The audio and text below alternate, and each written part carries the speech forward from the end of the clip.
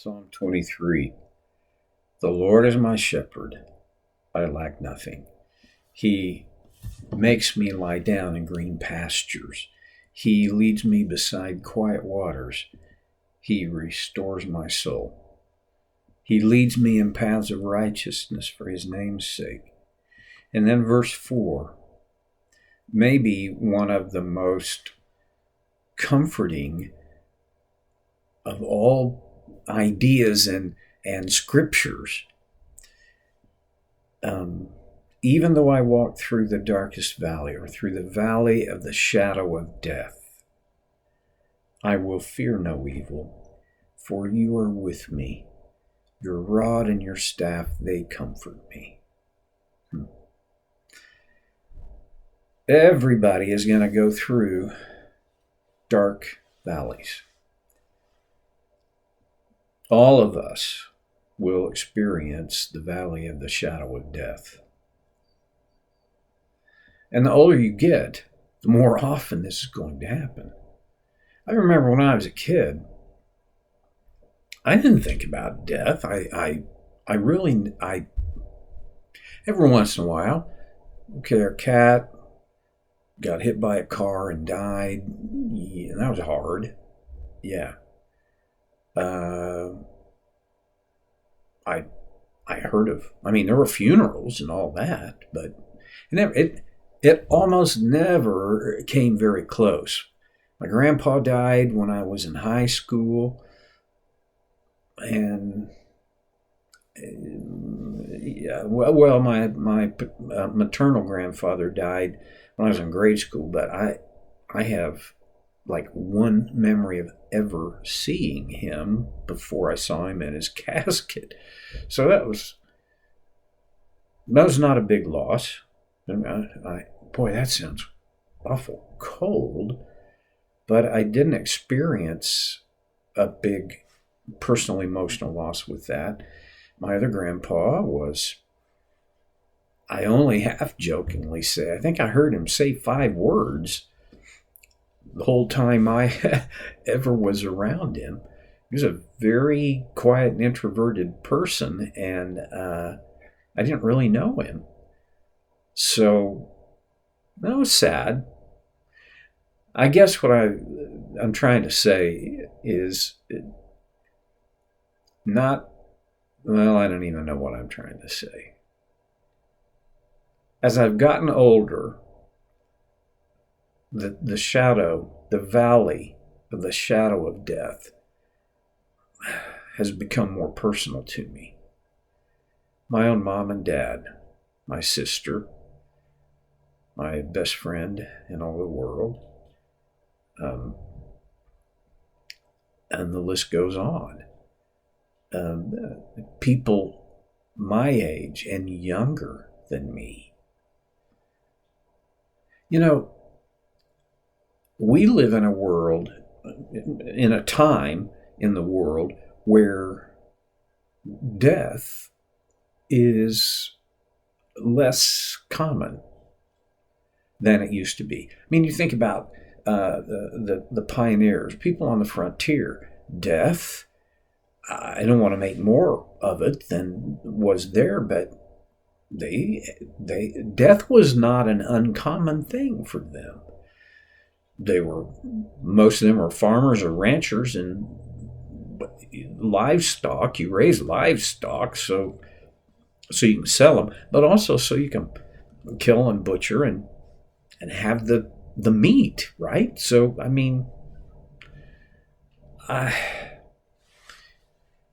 the median age of death today is higher than it's ever been. People are living longer than they ever have. Our world gets invaded by death less often until we get 70, 75, 80 and on. And then, it's not a joke, but it is a little bit funny. You got the 2 old coots in rocking chairs at the front of the retirement center, and one says, I hope my friends don't think I'm going to make it to heaven because they've all died before him. And, you know, uh, okay. So what's the point? The valley of the shadow of death. We will all have to go through it. Then it's not all about death and death's shadow, but we can't live in denial of the fact that death's shadow has been cast on all of us. Okay. Then the other phrasing of this in the current version of the New International Version is, even though I walk through the darkest valley, all of us are going to have dark valleys. All of us will experience darkest valleys. These,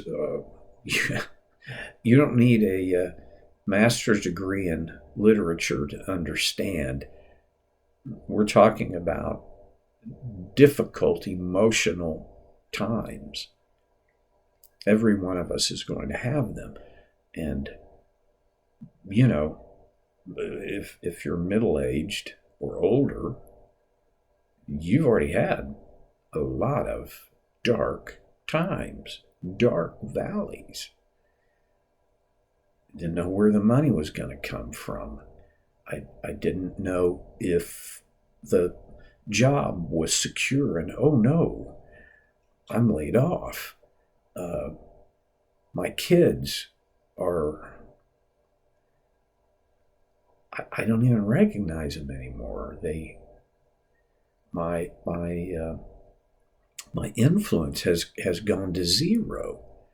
I mean, there's how many ways can a person go through, or how many dark valleys will any of us experience? We don't know. I would love it if I never had a single other dark valley. That's not going to happen. Why dark valleys? Why would God permit the valley of the shadow of death, the darkest valleys? Why would he permit these emotional seasons? Some people think it's punishment. It's the consequence of our bad choices and sin.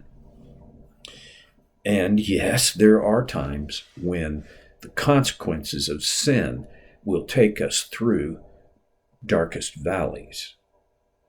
But not every dark valley is a result of sin. So why does God let that happen? I get it why he would let the dark valley happen as a consequence of my sin, and especially the consequence of somebody else's sin. But why darkest valleys of the shadow of death, when it is not the consequence of sin? Oh, there's probably 100 different reasons. One of the reasons for me, or that I sense, is the starkest, most potent reminder to me. I'm finite. And, oh, by the way, not only am I finite, I am not in control. There are probably lots of other lessons, like you have your own list. But the point is, I guess, all of us are going to go through dark valleys. All of us will go through the valley of the shadow of death. And it's not a one and done. It's probably going to happen many times, and for us more times than we want. But don't leave out the rest. I will fear no evil. Boy, I wish, how I wish. Anxiety is one of my nemesis or nemesis or nemesi. I don't know what the plural of nemesis is. It's probably the biggest one. And anxiety is a dressed up clinical term for fear. When I go through darkest valleys, part of what makes the valley dark is I fear. I'm afraid. Afraid of what? Well, often I'm afraid of things that won't ever come to pass. But sometimes I am afraid of actual evils. Even though I walk through the darkest valley, the valley of the shadow of death, I will fear no evil. Okay, this is, for me, this is an expression of intention. I will not be afraid. I will not be afraid. It's not like I should not fear. It's I will not fear. Now, there's got to be a reason for that, right? I won't fear because I'm big enough to take anything. No, that won't work. I will not fear because I can think my way out of everything. Okay. Then why will I not fear? For you are with me. I don't remember where I first read it. It was been a long, long time ago. Was the idea of the withness of God.